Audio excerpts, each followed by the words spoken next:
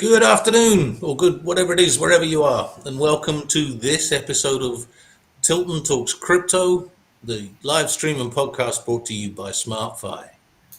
So, with me today, the eponymous Aaron Tilton, right, from the title. He's the co-founder and CEO of SmartFi, and also with us to bring us the news and that you can use is Tovar, who's our community manager here at SmartFi, and we have one other guest coming on later. More about that in a minute. First thing to say is you can win $50 of SMTF to token every week in this. If you're on this broadcast, all you have to do is be verified on the SmartFi portal, leave a question about the episode, and make sure you're subscribed. Congratulations to last week's winner. That was a Discord user, Mad Lad Chad. So, it's real. You can win $50 in SMTF for being engaged and interesting, which is how we like our SmartFi community to be. Last week we debuted this section of news you can use, and it turned out to be very popular. So for today's news that we're going to talk about, I'm going to hand you over to Tovar for a second. Yeah, so our first headline comes from our very own Martin Tillier. On NASDAQ.com, he says, the FTX saga has far-reaching consequences, but doesn't signal the end of crypto. Yeah, I did say that. I wrote that this morning, and it's a subject that to be honest with you, I'm getting tired of writing about, because every time there's some volatility in Bitcoin, the same people come out and they tell you that it's the end of crypto. It's the death of crypto. I'll point out these are the same people that were saying this in 2014, 2015 when I first got involved in crypto. And they were saying then when it was $250, Bitcoin against the US dollar was trading at $250. And they were telling everybody then, you shouldn't buy it. It's worthless. It's the end of crypto. It's not going to be around, right? We've had a 3,500% increase in the price since then. And that's after the drop down to 16,000 last night. Right? And so these people have been saying that since then. They were wrong then. They're wrong now. Right? That's the first point that I make here. The second point is you don't blame crypto for things that people do in the crypto space. Right? To say it's the end of crypto and that this is indicative of something bad about crypto because FTX has found themselves $7-8 billion short of customers' money, that's not the fault of crypto, no more than Salomon Brothers bankruptcy was the fault of the US dollar, which is what they were using. Right? It's just illogical. It's crazy. There are no kind of real. There's no logic to it whatsoever. It doesn't follow. But because people don't understand crypto, they've decided that this is where they should be. What they're going to target as the reason for it. To my mind, it's ridiculous. I mean, Aaron, do you agree? Yeah, I mean, it reminds me of back in the dot-com bubble, right, in the late 90s, early 2000s. I was at a startup company. We were doing high-speed internet access via wide area networks in different cities, right? This is before DSL was really kind of a thing. And so we were building out these networks. But you had Netscape, you had Pets.com, you had all these other big companies at that time, or that were going to be big companies at that time, that were going to fail or were about to fail. And just because those companies failed didn't mean that the internet didn't have value, right? Or that the internet wasn't going to be successful. This is an iteration in economies around companies where business models come and go, profitability comes and goes, and it really has to do with the management of that company and their business model. So if they didn't manage it well or their business model didn't work, it doesn't mean that cryptocurrencies are not going to be successful or be valuable. It just means that things change, people's preferences change, and market conditions that expose risk will be realized as time goes on. We'll sort out what is real risk inside the market with cryptocurrencies and what is not. And it reminds me a lot of when we got into crypto, years ago. We started recognizing where the risk was and how hard some transactions were to complete. And that's why we built SmartFi, did some things on the improvements of those transactions. But again, it's just an iterative process around a burgeoning industry. It's going to happen. It's part of what happens.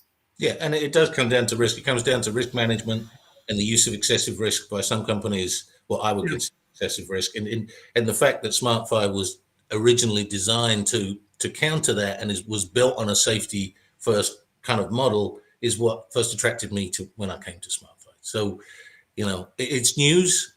People are thinking it's bad news for all of crypto, but yeah, it's not really. It's bad news for FTX, but the rest of us will do what we. Things are going to go up, things are going to go down. We've seen this now, at least our involvement.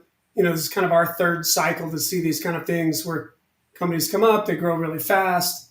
Getting big is a bad thing. Sometimes getting too big is a bad thing, right? Getting too big FTX, too quickly, for sure. yeah, and not having proper controls or management or experience. You got a bunch of 20-year-old dudes running an exchange somewhere. And not to say that was all everybody at FTX, but there's a lot of new people in the industry because that's what you do. You attract new, younger people in a new industry that tend to not have the experience that they need sometimes. If you're employing them as risk managers, that's not always good. Let's face it, Aaron, nobody can accuse you and I of being 20-somethings. Yeah. What else you got for us, Tova? Yeah. So, on a lighter, cheerful note, news from the UK that you can now buy your milk with cryptocurrencies. It sounds kind of cool, doesn't it? Actually, this kind of does relate to the subject of today's episode, which is, crypto for beginners, because one of the things that people say is, well, I don't see people going into stores and using any kind of crypto to buy their groceries or whatever. The point of this story in the Times was that you will be able to soon, or you can now, thanks to an app that's basically a payment app through crypto that's gaining in recognition and acceptance. I know we have at SmartFi, there is a payment app in the process of being built. I think this is definitely the oh look, we didn't pay for the subscription. This is definitely the way forward. And Revolut's an interesting answer. Do we have? I assume I'm right in saying that, Aaron, that we're looking at building a payment app ourselves, and the idea is to make it so that you can transact in your crypto. Is that right? Yeah, and it's got to be stable, right? I think there was a question. I saw one from somebody in says, "How stable is crypto?" That stability and that structure is a key factor in all of this. And Revolut, basically deals in fiat currencies, but they also, I believe, have some crypto structure to their transactions and what they'll do, as it related by the article. But the ability to tap into the value of crypto requires another transaction, right? Either you got to liquidate your crypto to a dollar denomination or a hedged currency, so you can spend it like you would at 7-Eleven or go buy milk with it, or you have to get a loan against that value. So in the way that we're building out structure with our payment app, you'll be able to do both, right? Where you'll be able to deposit dollars and buy something like a Venmo-like app, or you can take the value of your cryptocurrency sitting on SmartFi and add a balance to a card or to our app or something along those lines to actually make a purchase somewhere else. So those things are coming, and that allows you to build something stable, but it still is premised off the basis of crypto that has some appreciable value or some decreasing value. So you have to be cautious and manage that. Yeah, this is the future. It's just how the technicalities of how it's managed, may change. Hey, you can buy your milk with crypto. It's great news. Yeah. What else, Tova? Finally, people are coming on board with the importance of women in the crypto space with the release of this 2022 Rising Women in Crypto Power List. Yeah, this is something that we've actually touched on in this podcast before, when we had Amelia Powers Gardner here and talked about her implementation of blockchain solutions to problems in the local government space. And that we're going to be talking about, I think, to some extent next week, when we have a guest lined up who is a prominent woman in the crypto space. And so it's something that we at SmartFi believe is actually quite important to keep accenting, because I think you put it best in the conversation the other day, Aaron, when you said, that how important women are in financial decisions. And if we see crypto as the future of finance, then we have to make sure that their face, their presence, their views are duly represented. Yeah, and certainly, women are half of every relationship. Obviously, if they're in that, have decision making and interest in what happens financially with their family, or even single mothers, or the entire decision making, 100% of that decision making process. But they're underrepresented in crypto, I think, due to a couple of factors. We've seen this in a lot of polls and research. It's about the risk, right? And about volatility in cryptocurrencies. And we actually have our head of customer service here, Michelle, has been in crypto for quite a while. I think she's going to be on some more podcasts, but she's putting her kids through college using Bitcoin that she bought years ago. Yeah. Right. Using the capital appreciation. So there are very simplistic, beneficial ways to use crypto safely, simply, and in a way that women should be understanding, because they can make great decisions around crypto. It's not always about volatility and all these crazy things that go on with it.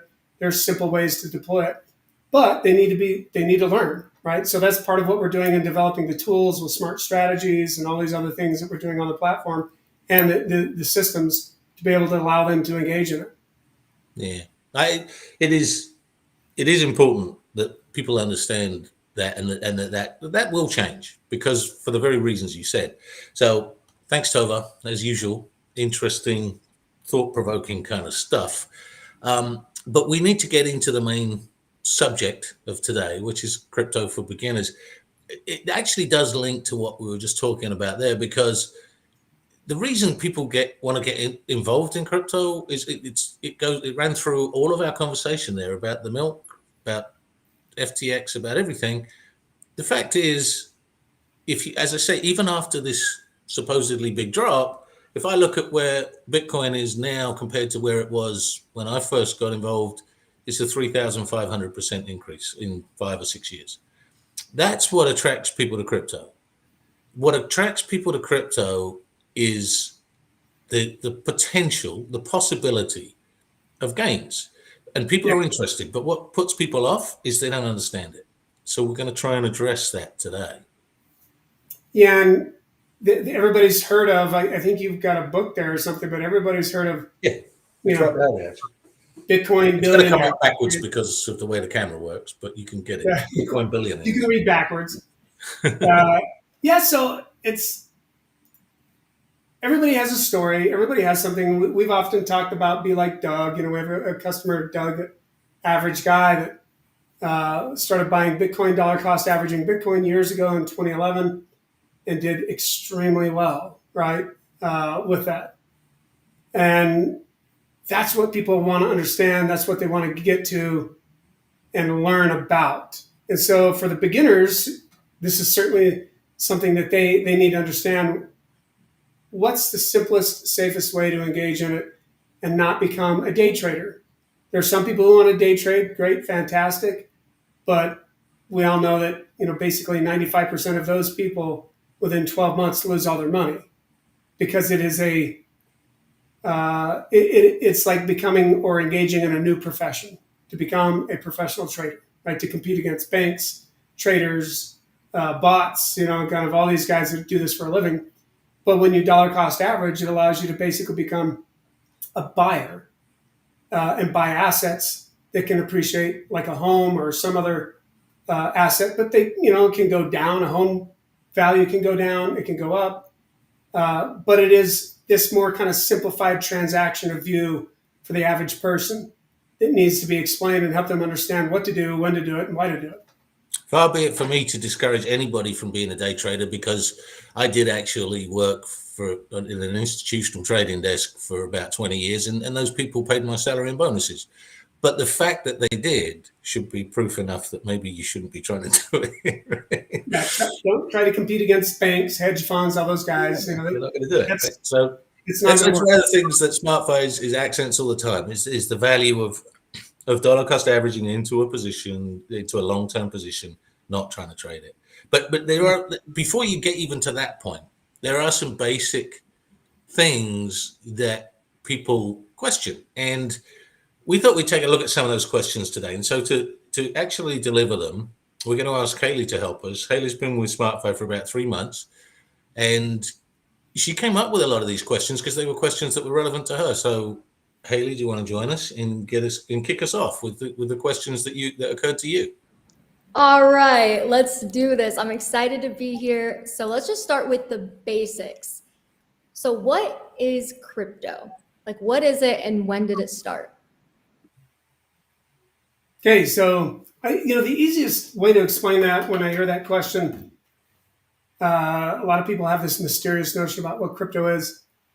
In the simplest form of cryptocurrency, like Bitcoin or Ethereum, it's a payment network. It's just a payment system. So just like Visa or MasterCard, say in my wallet, would use a dollar as the unit of account or the unit of payment. So Bitcoin uses exactly that, a Bitcoin as the unit of payment. And that's really all it is. It's a payment system at its basic form. Yeah, and I think, you asked the second part of your question was when did it start? Well, we can trace that pretty much exactly. The Satoshi Nakamoto, which nobody knows who that actually is. It could be one person, it could be many of them combined. But that under that pseudonym, a white paper was released on the 31st of October 2008. In fact, Dan Held and I last week talked quite a bit about the significance of that date and everything. So you can check that podcast out if you want more detail on that. And then the actual network launched on the 3rd of January 2009. So we know exactly when crypto really became a thing. And we can trace it back to that quite easily. The only thing I would add to what Aaron said, and about it being a payment system, is that the currency that it uses is not controlled by a government.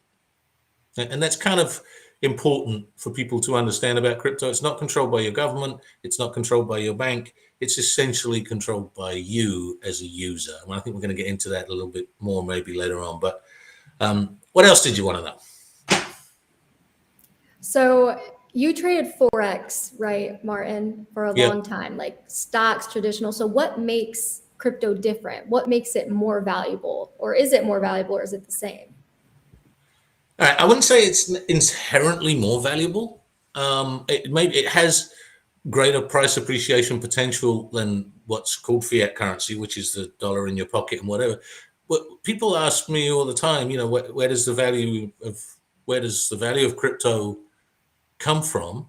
And my answer to that is always, I hate answering a question with a question, but I do it in that case because I ask, well, where does the value of that green piece of paper in your pocket come from? Right? It has value because people believe it does, because people will accept it in exchange for other things, which comes back to what Aaron was saying before. In that respect, cryptocurrencies are no different. They have value because people believe they do, and that's not a bad thing.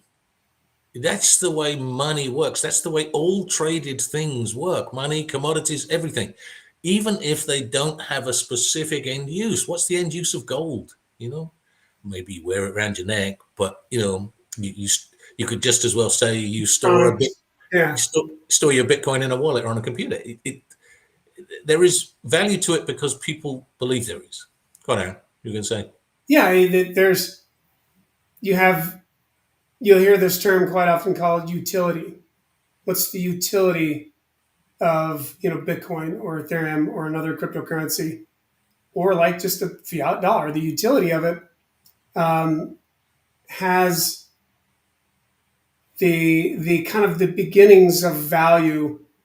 So when people desire it to do a certain thing, for example, with a dollar bill, like a fiat currency, or the dollar value in a debit card or credit card, it's so that you can store buying power or purchasing power later, to use it for later.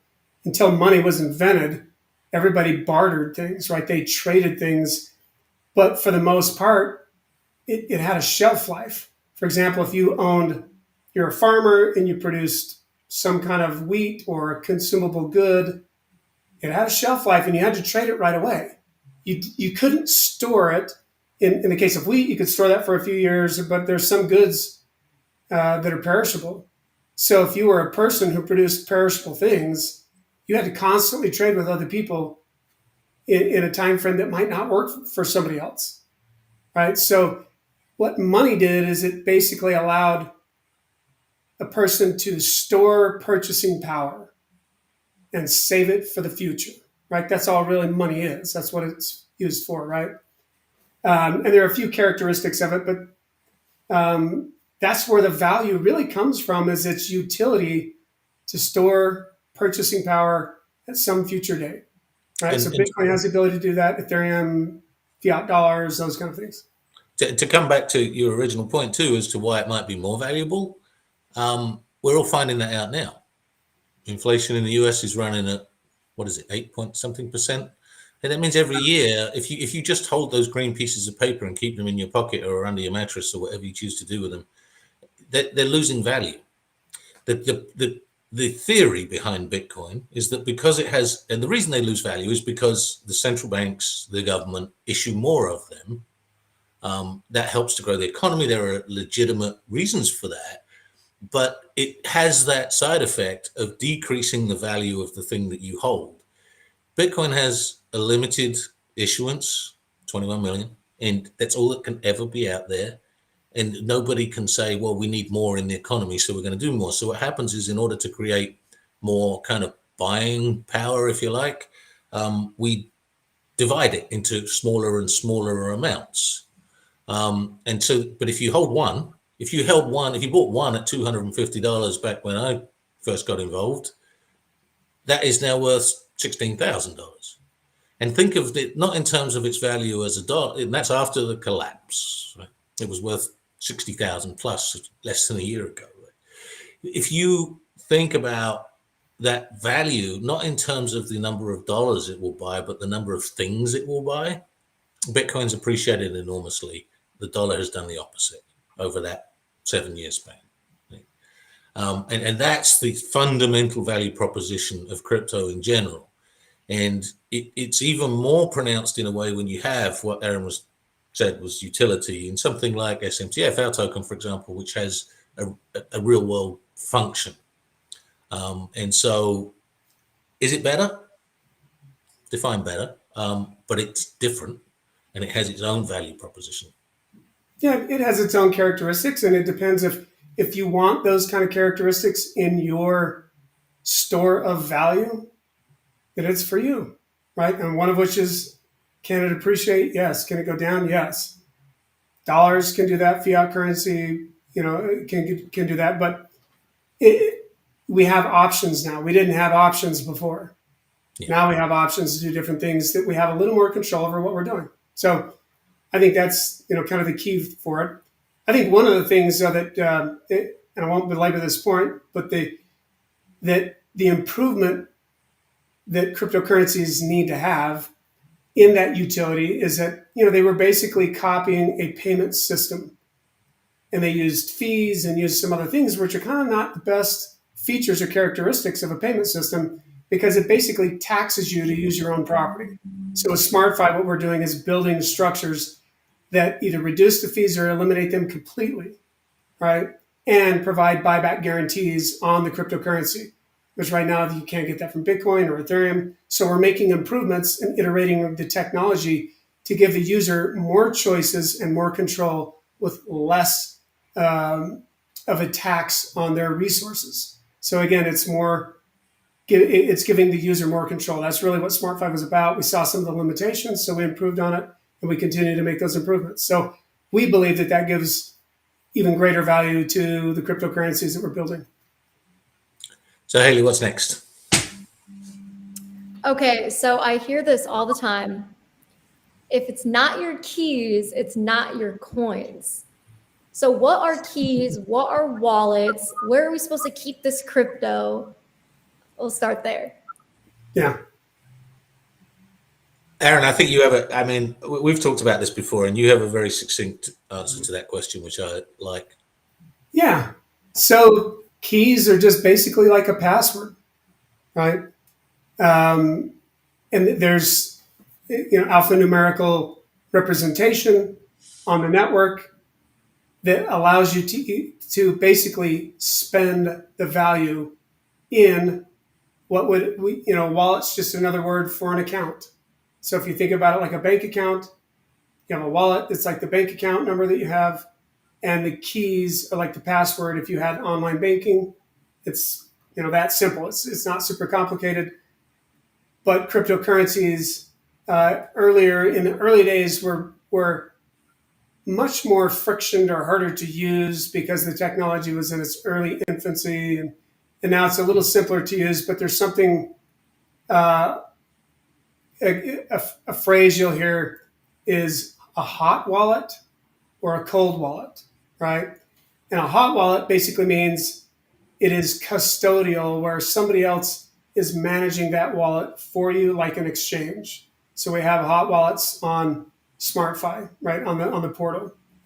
A cold wallet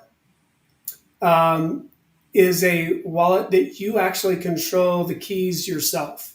So you can have like a hardware wallet that is kind of true cold storage. It's not connected to the internet, that gives you immediate access to move things around. So it's very safe and very secure, but it can become less convenient, right?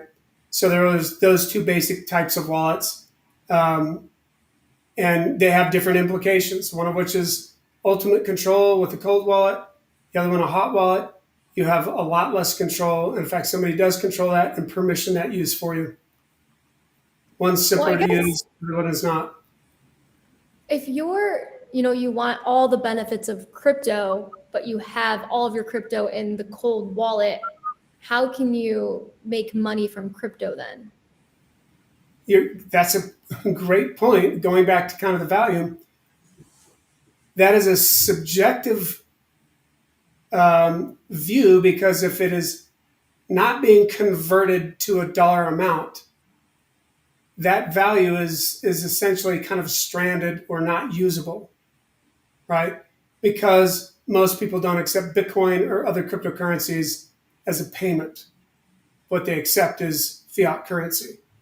So the ability to convert the cryptocurrency to fiat currency is what most new users are looking for, in terms of simplicity, right? And we have some products that do that here. Like we make loans against cryptocurrencies. We'll send fiat dollars back to somebody. If they send us Bitcoin, we'll send them fiat dollars that they can spend or put in their bank account. And that's one way to tap into it. But it is a illiquid asset if it's in cold storage. You've got to somehow get it to an exchange or get it to some other thing that would convert it to a currency, like a fiat currency that people would typically accept. That's not to say that you have to do that immediately, though. You can sit with crypto in cold storage and sit on it and let it do its thing and appreciate in value in dollar terms before you do it. So you still have access. You still can benefit.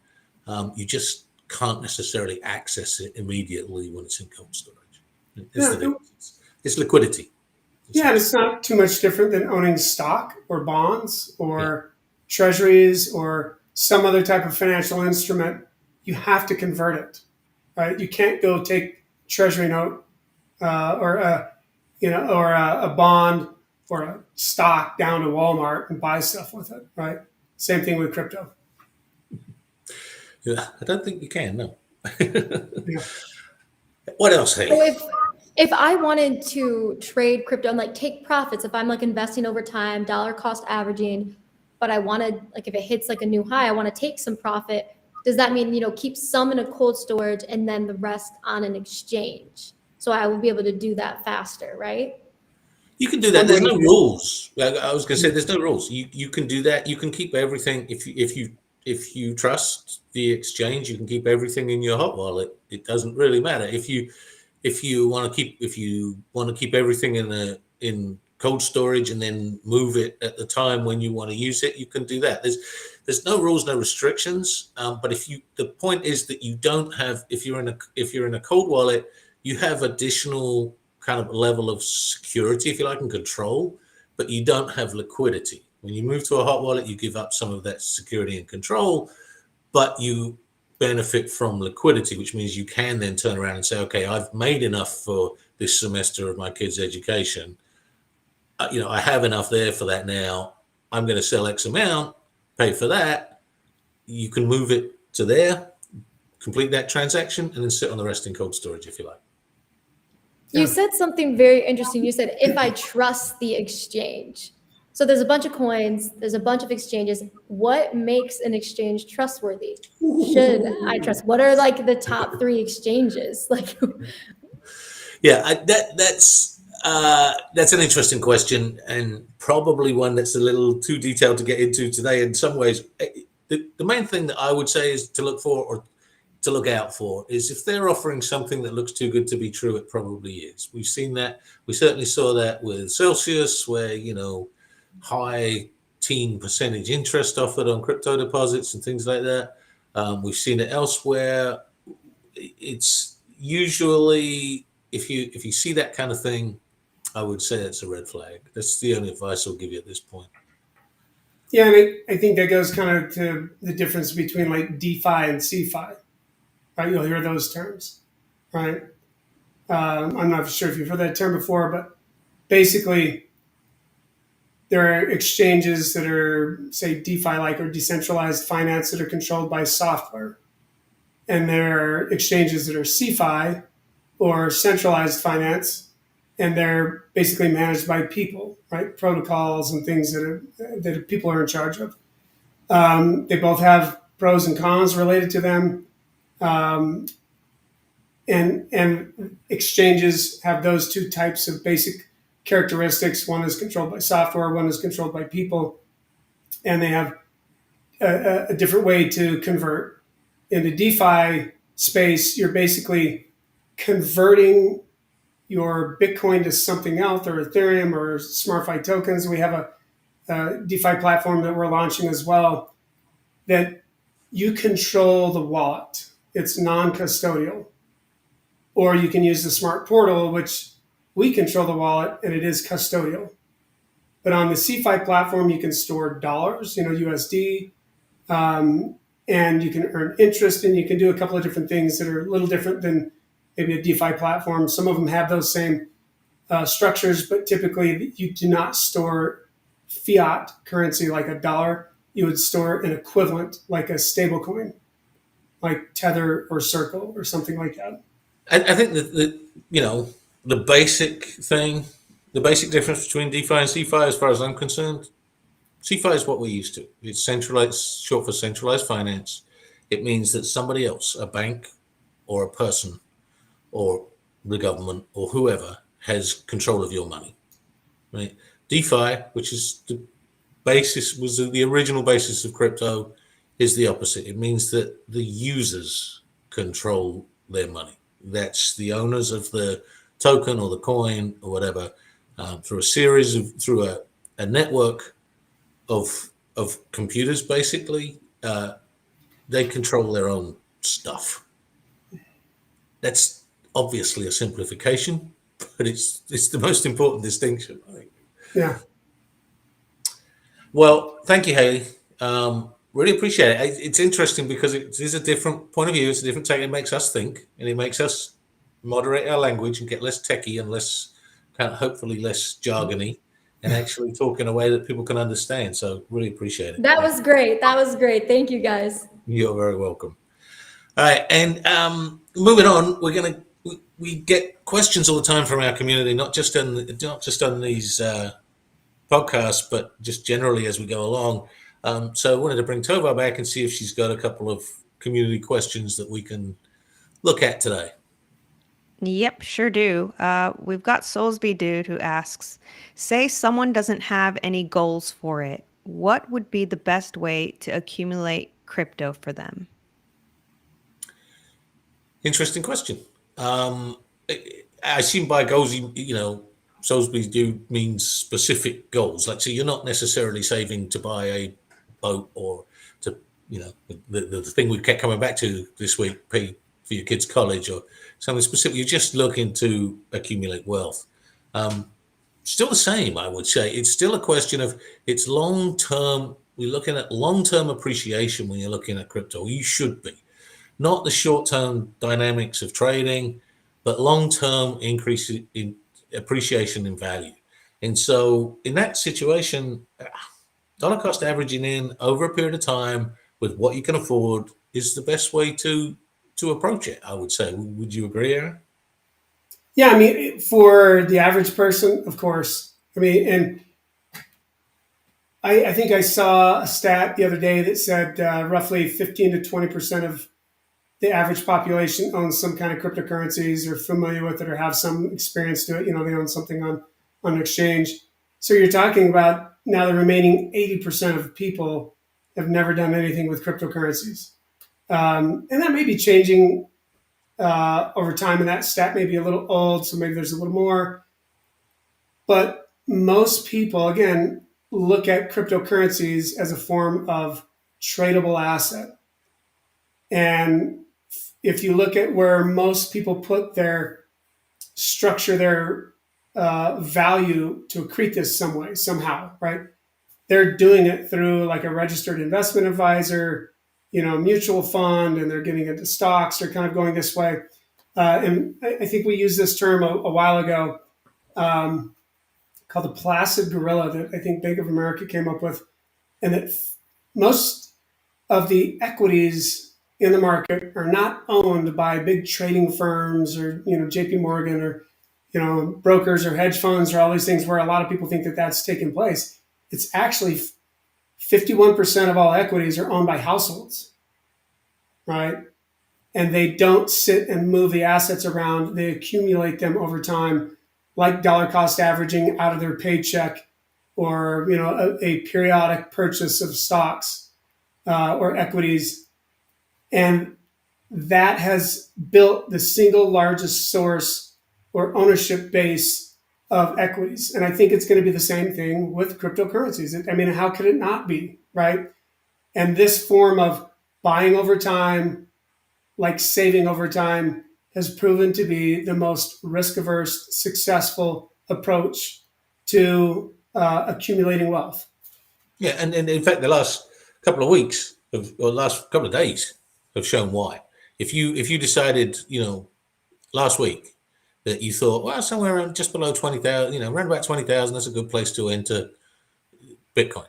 And you think, okay, I'm going to buy it. So you take your money and you buy it. You missed out. If you were dollar cost averaging in, you would have bought some at 20,000, and when it dropped to 16,000 last night, you wouldn't be saying, oh no, you'd be saying, oh good, I can buy some for less. Yeah.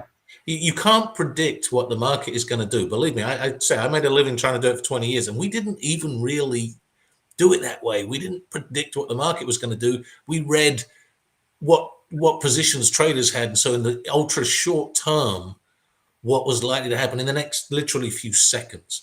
And that's how desk traders make money. They don't have a view as to where the market's going 6 weeks, 6 months, 6 years from A now. year They don't or care. two or whatever. Yeah. But with their own money, I can assure you, with their own money, they don't play that game. They dollar cost average into a long-term investment. Yep. So Yeah. that's not, It is tried and true and successful. So it doesn't really matter whether it's crypto, stocks, whatever. You do what you're used to and what you can control and what your resources will allow. And time is a resource. Yeah, most people in the States do it inherently because they have a 401k or something, and a percentage of their salary goes into it, and they just do it without knowing they're doing it.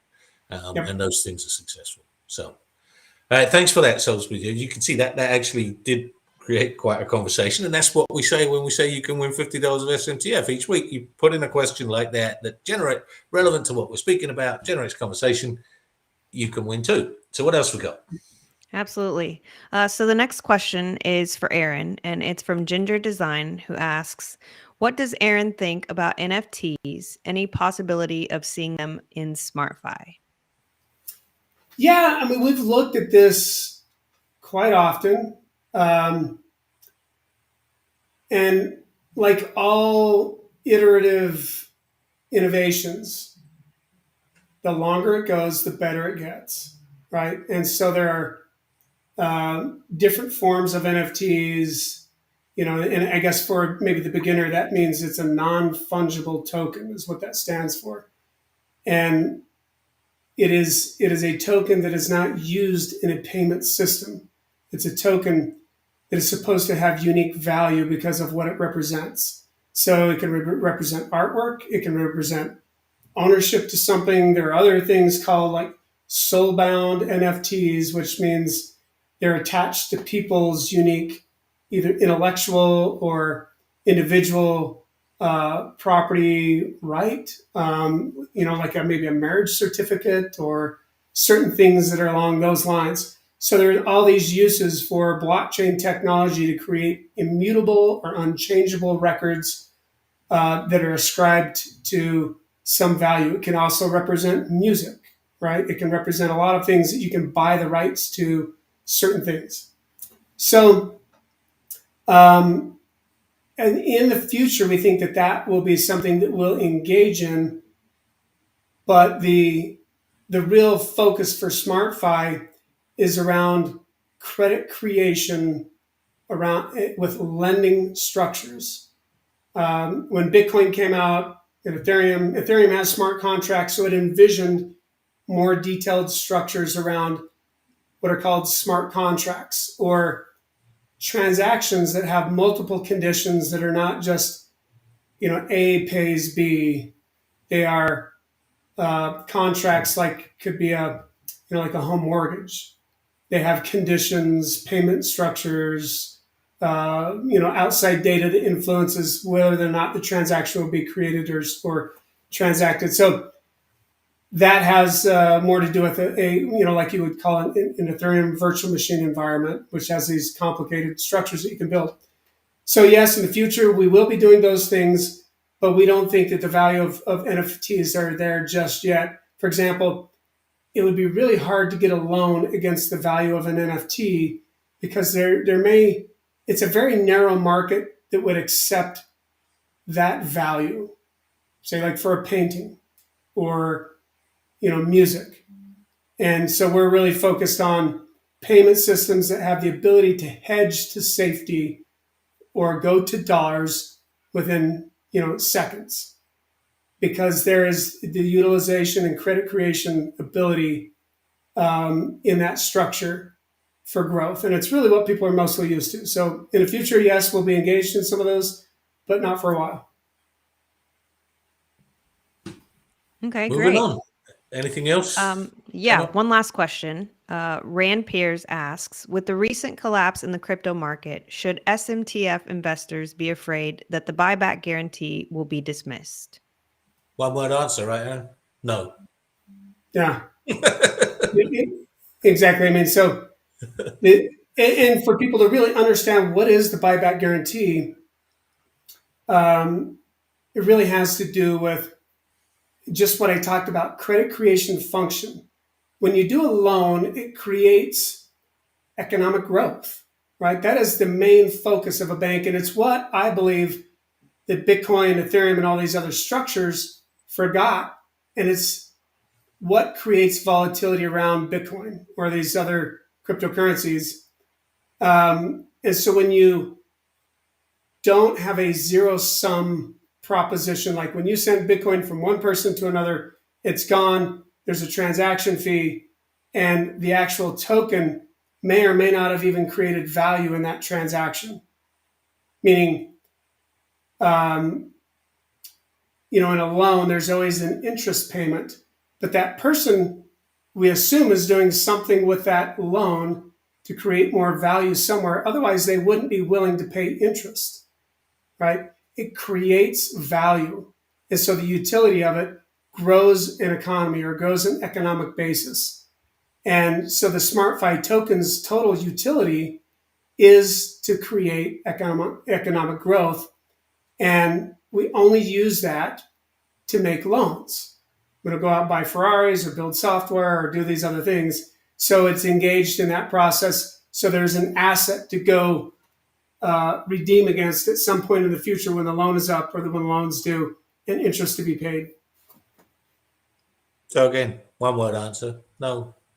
I mean, it's built differently. SMTF is built differently, which is why SmartFi is able to offer the 100% buyback guarantee, and Yeah. that difference in construction, that utility is what enables it, and that isn't going anywhere soon. So, no, I don't think you need to worry. And in fact, the whole point is that if you're looking, if you see this dip in crypto as an opportunity rather than a warning, which I believe it is, and it has been in the past countless times, then your SMTF is a good option for you because of that, right? It's a, it's a. I always hesitate to use the word safe because I've been around financial planners and things too long who never use that word for good reason. It's safer, let's say, or more safety oriented option, right?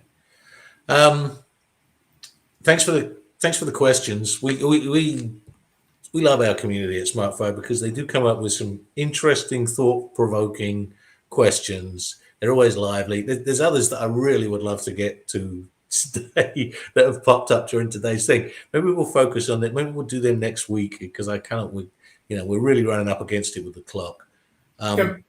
I just want to say thank you to everybody. Thank you for tuning in. Thank you for downloading if that's what you did.